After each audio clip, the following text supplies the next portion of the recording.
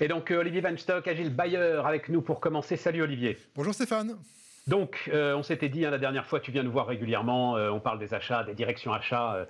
On a la conviction, toi comme moi, qu'elles sont en train de prendre une place très très importante au cœur de l'entreprise et qu'elles portent évidemment, c'est la stratégie de l'entreprise qui est au-dessus, mais qu'elle porte un certain nombre des réponses aux questions qu'on se pose et aux défis qui sont posés aujourd'hui au développement de nos sociétés au sens large.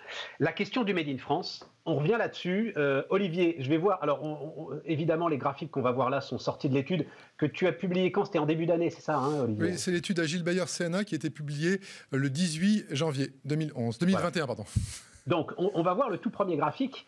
Et tu l'as identifié, ce Made in France, comme une volonté, alors c'est quoi, 30% des directions achats, c'est ça que ça veut dire là?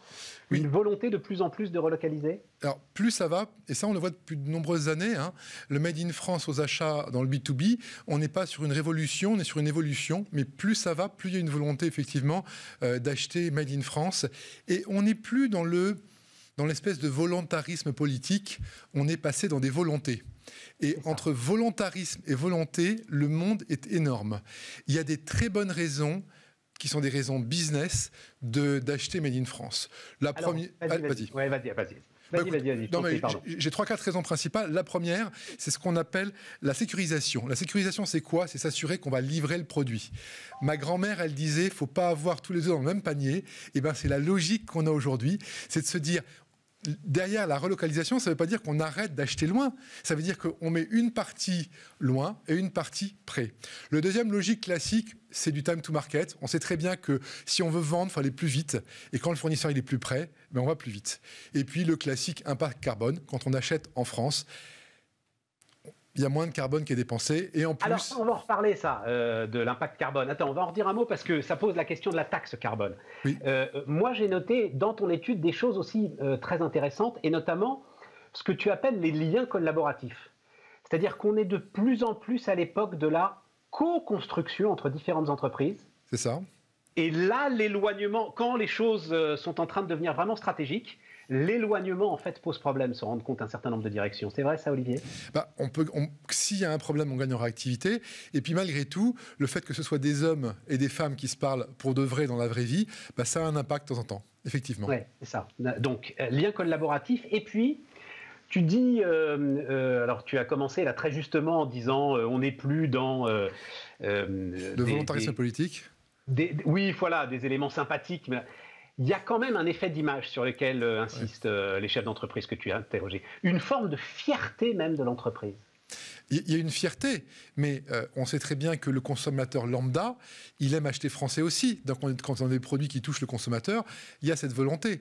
Il y a une volonté aussi... Oui, mais là, on est sur le B2B, on est d'accord, oui, Olivier. Mais le B2B, il est impacté par le B2C. Quand votre produit il touche le consommateur final, vous faites attention à ça. D'ailleurs, on voit que les secteurs qui sont le plus intéressés par la relocalisation, c'est l'agroalimentaire et la restauration, ce qui touche très directement le consommateur final.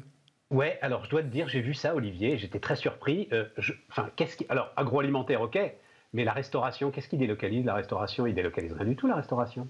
Mais il y a Qu'est-ce qu'ils peuvent relocaliser j'avais... Voilà, j'étais resté interdit devant ce secteur. Le jus de tomate, par exemple, c'est principalement fait en Chine aujourd'hui. Faut s'énerver pour prendre du jus de tomate français. Alors, je sais que ça peut paraître pas évident, mais si. Je savais pas. Voilà. Donc, il y a un vrai travail à faire.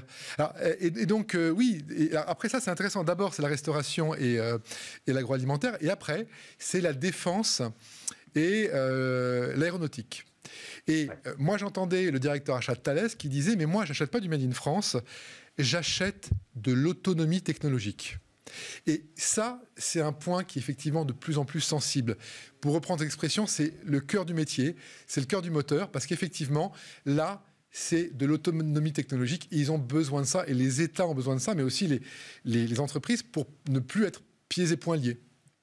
Ce qui me fait penser d'ailleurs, si vous nous faites l'honneur d'être là demain, on rediffusera d'ailleurs l'interview justement d'un des patrons de ces... Alors, c'est une petite ETI, on va dire ça comme ça, hein, de cette filière aéronautique aujourd'hui, autant d'ailleurs sur l'aéronautique civile que l'aéronautique de défense, ça s'appelle le groupe RAFO, et il multiplie en ce moment justement les petites acquisitions parce qu'il est en train de profiter à plein de ce mouvement d'autonomie technologique. Je vais juste te donner un exemple. Vas-y. Pour rebondir sur ce que tu dis, je vais te donner un exemple. Il y a un an, l'armée française a dû choisir ses pistolets semi-automatiques.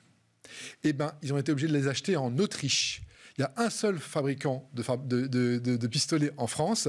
Il est trop petit dans la région stéphanoise et ils ont choisi un fournisseur de pistolets semi-automatiques en Autriche et les munitions sont achetées en République tchèque. Oui, mais alors, ça pose une autre question, Olivier, à laquelle, les patrons que tu sondes posent eux-mêmes la question. Quel est le périmètre pertinent quand même quand on parle de relocalisation? C'est-à-dire le Made in France ou le Made in Europe? C'est ça. La question est quand même posée et le Made in Europe paraît quand même avoir une certaine légitimité. Qu'est-ce que tu en penses? On est bien d'accord, mais pour la symbolique, le fait que l'armée ait un fusil qui ne soit plus français, je sais que ça marque les esprits. Donc tu me parlais tout à l'heure de l'image, effectivement, ça marque les esprits. L'armée, elle a besoin de bons fusils. Hein. On est d'accord, c'est ça. C'est le choix qui a été fait. C'est très important, particulièrement pour l'armée, que d'avoir de bons fusils. Dernier point, alors là, qui m'a beaucoup surpris et qui est très intéressant. Donc, et c'est là où on va en venir à la taxe carbone, au kilomètre, etc. La relocalisation apparaît, alors on va peut-être le voir sur un deuxième graphique, qu'on va laisser peut-être un peu plus longtemps d'ailleurs. Hein. Je le dis à ceux qui mettent ces graphiques parce qu'il est un peu complexe, donc il faut qu'on ait le temps de le lire, ça ne pose aucun problème. La relocalisation apparaît comme une clé pour réduire les coûts. Comment est-ce que ça fonctionne, ça, Olivier? Alors, déjà, on va prendre les composantes aujourd'hui de l'économie. Le transport est devenu de plus en plus cher. C'est-à-dire que quand on compare deux prix, on compare le coût total d'acquisition. Dans le coût total d'acquisition, quand c'est loin, c'est cher. Les prix du transport maritime aérien ont explosé.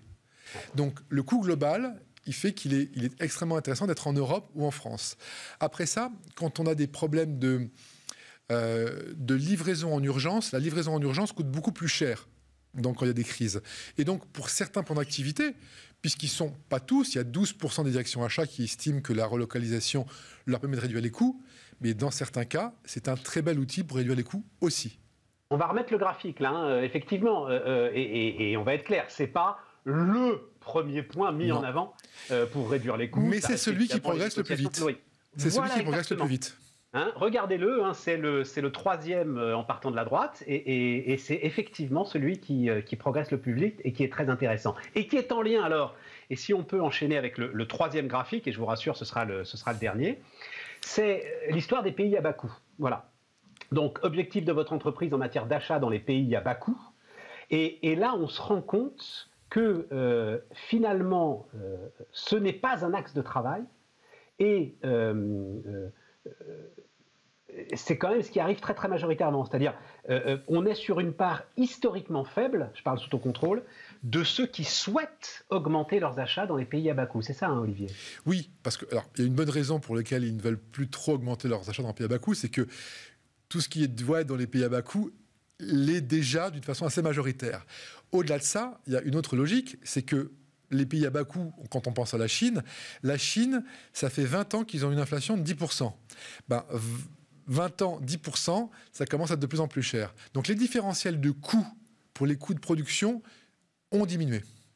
Bon, mais c'est là effectivement que la question de la taxe carbone, elle devient légitime. Voilà. Oui. Alors, elle sera aux frontières européennes de toute façon. Hein, d'accord. Mais c'est là où effectivement l'ensemble de ces éléments, réduction de coûts, souveraineté technologique, enfin tout ce dont on vient de parler, prendra encore plus de résonance si effectivement tu donnes un prix au transport et à l'émission de carbone.